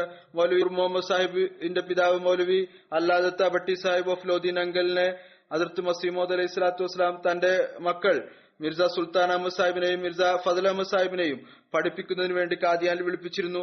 അതിന്റെ പരാമർശം അഹമ്മദിയ ചരിത്രത്തിന്റെ 1-ാം വാല്യത്തിലുണ്ട്. മർഹൂം മെട്രിക്കിന് ശേഷം ഇസ്ലാമാബാദ് ഹോമിയോപ്പതിക് മെഡിക്കൽ കോളേജിൽ നിന്ന് DHMS പരീക്ഷ പാസായി. പിന്നീട് ചട്ട ബുഖ്തിയാർ ഇസ്ലാമാബാദിൽ പ്രാക്ടീസ് ആരംഭിച്ചു. എല്ലാവർക്കും പ്രിയങ്കരനായ ഡോക്ടറായിരുന്നു. നല്ല സ്വഭാവക്കാരനും വിനയാനിതനുമായ ആളായിരുന്നു. അനുകമ്പയും ശുദ്ധപ്രകൃതവും ഉള്ള മനുഷ്യരായിരുന്നു. ഒരു ദീർഘകാലം ഡോക്ടറായിരുന്നു. അദ്ദേഹത്തിന്റെ വീട് നമസ്കാര സെന്ററായും ഉപയോഗിച്ചിരുന്നു. ഖിലാഫത്തുമായി അങ്ങേറ്റത്തെ സ്നേഹത്തിന്റെ ബന്ധമുണ്ടായിരുന്നു.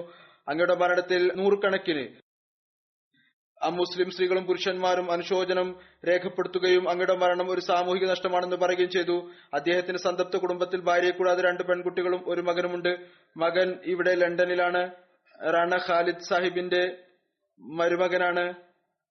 അദ്ദേഹത്തിന്റെ മൂത്ത സഹോദരൻ ഫുസൈൽ അയാസ് സാഹിബ് വഖഫെ സിന്ദഗിയാണ്, മുറബിയാണ്. മുമ്പ് MTIയിൽ സേവനം ചെയ്തുകൊണ്ടിരുന്നു. ഇപ്പോൾ ജാമിയ അഹമ്മദിയ അറബോയിലാണ്.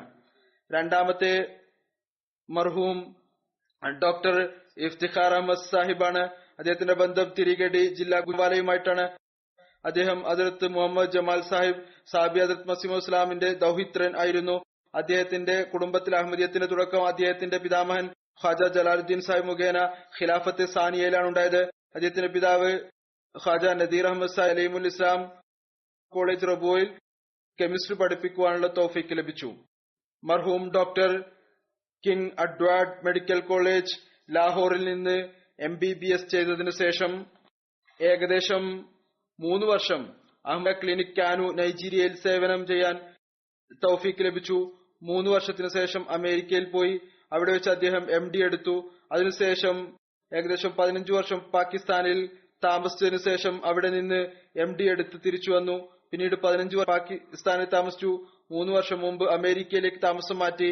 അവിടെ കാലിഫോർണിയയിൽ അദ്ദേഹം തന്റെ പരീക്ഷ പാസ്സായി അവിടെ ജോലി ചെയ്യാൻ ആരംഭിച്ചു. പിന്നീട് കുട്ടികൾ കാരണം പാകിസ്ഥാനിലേക്ക് തിരിച്ചു വന്നു. അദ്ദേഹം വളരെയധികം ദരിദ്രരെ പരിഗണിക്കുന്ന സൃഷ്ടി സേവനത്തിന്റെ വികാരം ഉള്ള ആളായിരുന്നു. സാമ്പത്തിക പദ്ധതികളിൽ മുൻകടന്ന് പങ്കെടുക്കുന്ന ആളായിരുന്നു. ഒരു മുഖ്ലിസായ മനുഷ്യനായിരുന്നു. സന്തപ്ത കുടുംബത്തിൽ ഭാര്യയെ കൂടാതെ 3 പെൺകുട്ടികളുണ്ട്. അള്ളാഹു മർഹൂമിനോട് കാരുണ്യത്തോടും മഗ്ഫിറത്തോടും കൂടിമാറട്ടെ. അവരുടെ മക്കളെയും ജമാഅത്തും ഖിലാഫത്തുമായി ബന്ധിപ്പിച്ചു നിർത്തുമാറാകട്ടെ.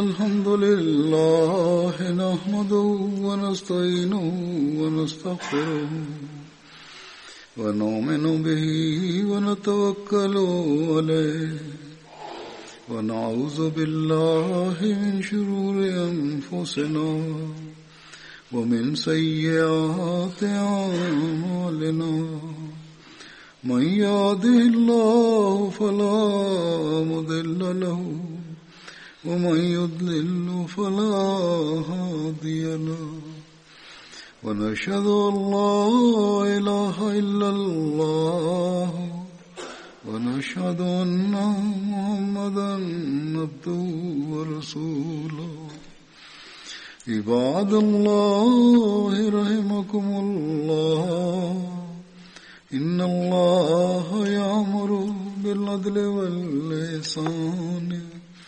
وإيتاء ذي القربى وينهى عن الفحشاء والمنكر والبغي يعظكم لعلكم تذكرون اذكروا الله يذكركم وادعوه يستجب لكم ولذكر الله أكبر.